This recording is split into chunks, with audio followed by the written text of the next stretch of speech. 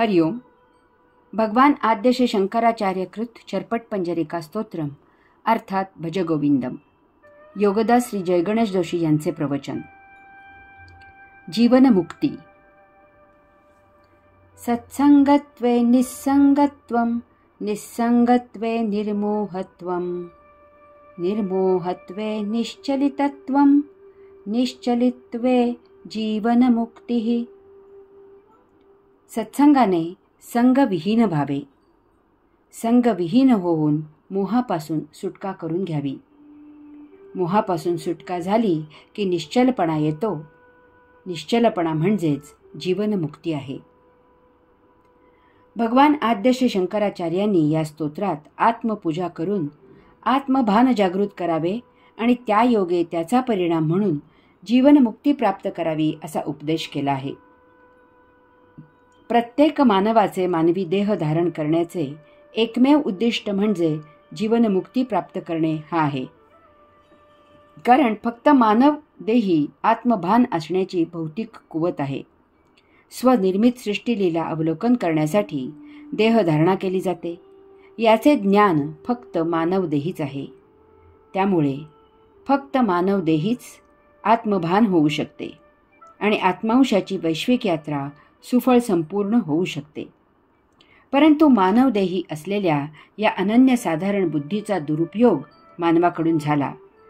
त्याच्या मनाने मनमानी करून येथील भौतिक वस्तू जगताचे अयोगिक उपभोग घेऊन एका जन्मात अशक्य असलेल्या वांछा धरून संचित भोग निर्माण केले. जोपर्यंत संचित भोग संपुष्टात येत नाहीत तोपर्यंत अंशात्मा या संचिताने झाकोळलेला राहतो आणि त्यामुळे तो परमात्म्यात विलीन होऊ शकत नाही. वैश्विक यात्रा पूर्ण होत नाही, तो मुक्त होऊ शकत नाही. त्यामुळे गतसंचित संपवणे अगत्याचे असते. त्यासाठी आत्मभान येऊन संचित संपुष्टात आणावे लागते. गतसंचित संपवण्याचा हाच एकमेव शाश्वत उपाय आहे. जीवनमुक्ती प्राप्त व्हावी यासाठी अनन्य उपाय म्हणजे आत्मरत होणे. कारण अन्य उपाय म्हणजे द्वैत शिल्लक असणे असा आहे. मन कार्यरत असणे असं आहे.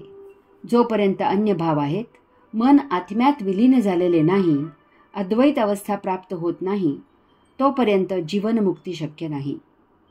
भगवान आद्य श्री शंकराचार्य सांगतात की सत्संग करावा. सत्संग म्हणजे ज्यांनी सत्तत्व जाणले आहे अशांचा सहवास करावा. या विश्वात सत्तत्व एकमेव आहे आणि ते म्हणजेच आत्मतत्व.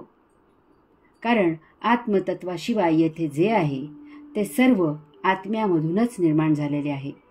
या सर्वात आत्मतत्वाशिवाय अन्य काहीही नाही.